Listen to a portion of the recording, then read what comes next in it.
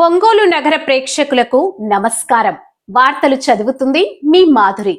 జనం గుండె చప్పుడు జనం న్యూస్ కి స్వాగతం. పెళ్లూరు గ్రామంలో వించేసి ఉన్న శ్రీ శ్రీ శ్రీ గురునాథేశ్వర స్వామి సమేత శ్రీ శ్రీ శ్రీ జ్వాలాముఖి అమ్మవారి అనుగ్రహ శక్తి పీఠం నందు దసరా శరన్నవరాత్రి మహోత్సవాలు ఘనంగా జరుగుతున్నాయి.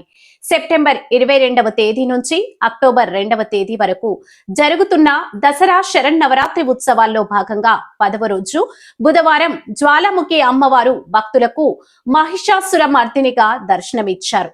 అమ్మవారికి విశేషంగా పంచామృతాలతో అభిషేకం, గణపతి పూజ, పుణ్యవచనం, అఖండ స్థాపన, పంచగ్రవ్య ప్రాసన, నవావరణ అర్చన శాస్త్రోక్తంగా చేపట్టారు.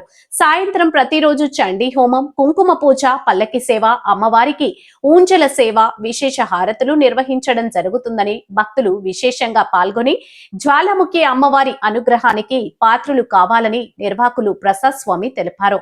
అమ్మవారికి విశేషంగా జరిపించిన ఊంజల సేవ, విశేష హారతులు కార్యక్రమంలో భక్తులు అధిక సంఖ్యలో పాల్గొని అమ్మవారి కృపకు పాత్రులు అయ్యారు.